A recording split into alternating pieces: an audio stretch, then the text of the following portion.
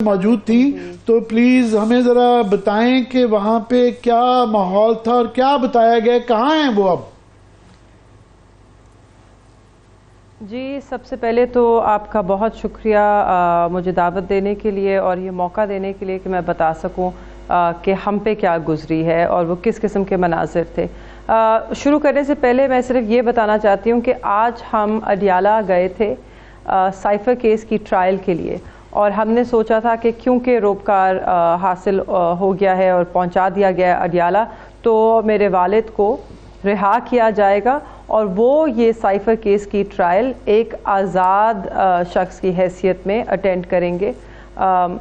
मगर जब हम वहाँ पहुँचे तो हमें पता चला कि जी जज साहब आज नहीं आ रहे, उनकी शायद तबीयत नासाज थी, तो जज साहब नहीं आ रहे तो साइफर केस की ट्रायल नहीं होएगी। और कोइंसिडेंटली बड़ी अजब बात है कि प्रोसिक्यूशन की तरफ से भी कोई नहीं आया था, शायद उनको पहले से मालूम था, हमें तो नहीं था। तो जब ये हुआ हमने नोटिस की कि बाहर बख्तरबंद गाड़ी है। हमने सोचा फिर कि शायद ये वाकई शाह महमूद कुरैशी साहब के लिए, तो हम उस गेट पर गए, हमने उनसे पूछा कि इस वक्त आप लोग जो यहाँ हैं कि आप शाह महमूद कुरैशी के लिए यहाँ पर हैं? तो उन्होंने कहा नहीं जी ये हमें नहीं पता, हमें नहीं पता। तो हमने कहा नहीं जी हमें पता है, शायद आप उन्हीं को लेने आए हैं क्योंकि आज केस तो नहीं है, तो आप उनको कहाँ लेके जाएंगे? तो उन्होंने कहा हमें जी कुछ नहीं पता। ये गुफ्तगू हो ही रही थी कि मैंने दूर से देखा तो मुझे बाबा के बाल जो अब बिल्कुल सफ़ेद हो गए हैं वो नज़र आए, तो हमने मीडिया को भी आगाह किया कि जी वो आ रहे हैं। तो जब वो जेल की हदूद के अंदर ही खड़े थे, उन्होंने कहा कि उन्होंने सुप्रीम कोर्ट के जो ऑर्डर है उसका हवाला दिया और कहा कि उन्हें बेल ग्रांट की गई है, और उन्हें रात को बताया गया जब रोपकारी हासिल कर ली कि आपको अब MPO के ऑर्डर के तहत गिरफ्तार कर लिया गया, नज़रबंद कर दिया गया। तो उन्हें भी लगा कि अब ये MPO ऑर्डर के तहत मुझे नज़रबंद करने आए हैं, तो उन्होंने कहा मुझे कोई गिला शिकवा नहीं है, आप बेशक कर लीजिए, मगर उससे पहले मैं एक मीडिया से मुखातिब होना चाहता हूँ क्योंकि इस वक्त मैं आज़ाद हूँ और मैं एक आज़ाद हैसियत में अडियाला जेल की जो मैं हदूद हैं उसमें खड़े होते हुए, क्योंकि जब मैं ये क्रॉस करूँगा तो ये मुझे रीअरेस्ट करेंगे और मैं इसके लिए तैयार हूँ, मगर मैं मीडिया से मुखातिब होना चाहता हूँ, एक स्टेटमेंट देना चाहता हूँ। तो ये अब वो कर ही रहे थे, तो पता नहीं ऐसा उनको क्या डर लगा कि वो क्या कह देंगे कि वो उनके हाथ पैर ठंडे हो गए, वो घबरा गए और उन्होंने आपस में मशावरत की और आके धक्के देना शुरू कर दिए उन्हें कि बस जी बहुत हो गया, बहुत हो गया, बहुत हो गया, आप चलें चलें चलें, और एक धक्कम पेल शुरू हो गई।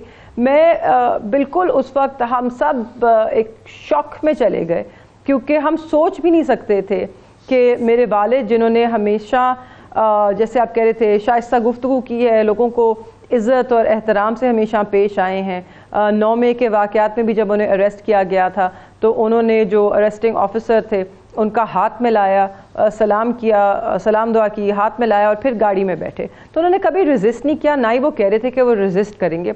वो तो कह रहे थे कि मेरा एक आईनी हक है, my right to free speech, मुझे वो एक्सरसाइज करने दें, मैं एक स्टेटमेंट देना चाहता हूँ क्योंकि मैं आज़ाद हैसियत में हूँ इस वक्त। और उसके बावजूद उन्होंने धक्के दिए, बहुत बदतमीज़ी की, हमारी दिल आज़ारी हुई, हमें बहुत दुख हुआ। मैं अगर आपको सच्ची बताऊं तो मैं अभी तक वो जो विजुअल्स हैं उनको दोबारा आप क्या समझती हैं, क्योंकि अगर कोई मैं देख नहीं सकी हूँ। नहीं ये सभी के लिए तकलीफदेह है, जिस तरह ये नहीं कि किसी सियासी वर्कर के साथ होना भी ये ज्यादती है, पर क्योंकि वो बैरूनी दुनिया में वजीर खारजा रहे हुए हैं, फेस ऑफ पाकिस्तान रहे हुए हैं, तो हमारा एक तमस्खुर भी उड़ाया जाता है। मैं इंडियन मीडिया में देख रहा था, वो बार बार ये दिखा रहे थे कि जी ये अपने वजीर खारजा का ये सलूक करते हैं। तो इसके पीछे मकसद क्या था, क्या सबक क्या देना चाह रहे थे? कोई इतने ये जो भी कोई कर रहा था उनके लिए भी मेरा तो ख्याल है कि मुझे समझ नहीं आता कि कोई अच्छी PR एक्सरसाइज भी नहीं है, ये एक बदनामी है और क्या है? तो क्या what was the lesson they were trying to give?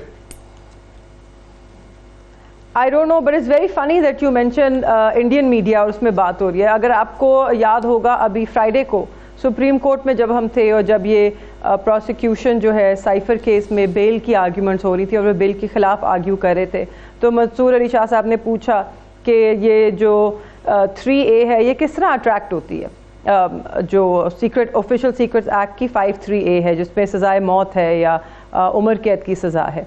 तो उन्होंने कहा कि जी, उन्होंने कहा पढ़ के सुनाए, तो उसमें लिखा था बेनिफिट टू एनिमी स्टेट।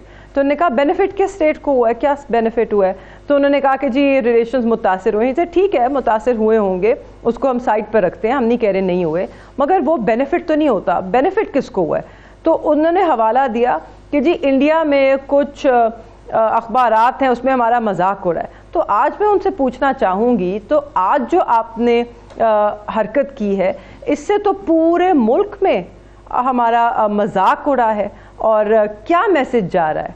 आप खुद सोचिए, आप क्या मैसेज देना चाह रहे हैं? उस वक्त तो आप इन पे सीक्रेट एक्ट लगा के, क्योंकि कोई छोटे मोटे अखबार हैं, हमने तो सुना भी नहीं होएगा, उसमें मजाक हो रहा है और आप इनको सजाए मौत देना चाहते हैं। तो आज मैं पूछना चाहती हूँ रियासत पाकिस्तान से, जो इस वक्त चला रहे हैं, कि उन लोगों के साथ क्या सलूक होना चाहिए, उनको किस कानून के तहत प्रोसिक्यूट करना चाहिए जिन्होंने पाकिस्तान का ये बताइएगा मेहरबानों कि इस वक्त आपकी क्या इत्तला है कि अभी एमपीओ के अलावा उन पे किन केसेस में आपको बताया गया है कि धरा गया है और उनको कहाँ पे हैं और किस हालत में हैं?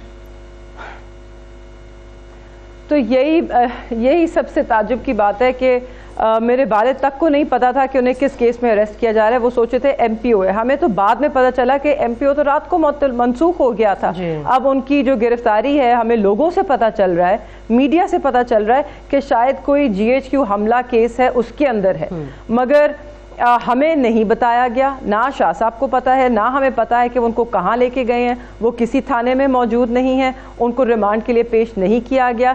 इसीलिए हमने इलेक्शन कमीशन ऑफ पाकिस्तान से भी मुतालबा किया है कि उनको बाजियाब कराया जाए, क्योंकि जहाँ तक हमारा सवाल है, वी थिंक कि ही इज़ बीन अबडक्टेड, उनको अगवा किया गया है इस वक्त, क्योंकि हमें कोई मालूमात नहीं है जी। ये जो और अगर मैं ये GHQ हमला अटैक की जो FIR है, उस पर ज़रा मैं एक नुक्ता पेश करना चाहती हूँ।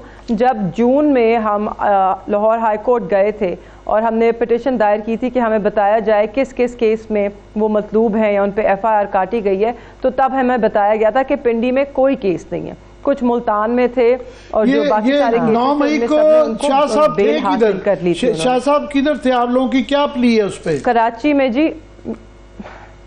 जी मेरी वालदा आगा खान हस्पताल में थी, उनकी तबीयत बहुत नासाज थी, उनके 2 ऑपरेशन हो चुके थे। हम उस वक्त बहुत परेशान थे और बहुत मुश्किल वक्त था। और मेरे वालिद सिर्फ 9 मई को ही नहीं, उससे पहले काफ़ी दिनों से कराची में थे, क्योंकि और कराची में सिर्फ नहीं, हम दिन रात हस्पताल में थे। आगा खान हस्पताल इस बात की गवाही देगा, जो वहाँ के लोग प्रेजेंट हैं, कि वो तो कराची में थे। तो अभी जो स्टेट ऑफ अफेयर्स लगती है, इलेक्शन सर पे आ गया है, तो आपका क्या ख्याल है, अगर उनको अलाउ किया जाएगा इलेक्शन लड़ने के लिए?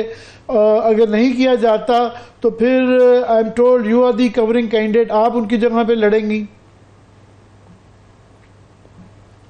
जी बिल्कुल, और क्यों नहीं लड़ने दिया जाएगा? He is not convicted in any case, वो आज़ाद, मतलब कोई उनकी कन्विक्शन नहीं है, उनका पूरा हक है लड़ने का केस। अगर उन पे केसेस भी दायर हैं तो हाई कोर्ट का फैसला सबके सामने है। जब तक आपको कन्विक्ट ना किया जाए, आपको नहीं रोका जा सकता इलेक्शन लड़ने से।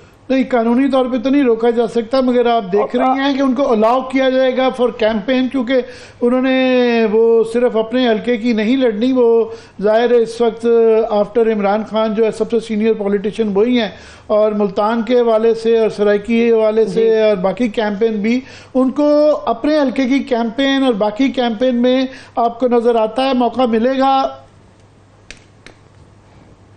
जी उनको क्या, मुझे तो नहीं लगता इस वक्त पाकिस्तान तहरीक इंसाफ की किसी भी नुमाइंदे को कैंपेन करने की कोई भी स्पेस दी जा रही है। मगर मैं सिर्फ यही कहना चाहती हूँ, जो रियासत इस वक्त इकदाम कर रही है, उससे रियासत इस वक्त पाकिस्तान तहरीक इंसाफ की कैंपेन अपने हाथों से कर रही है।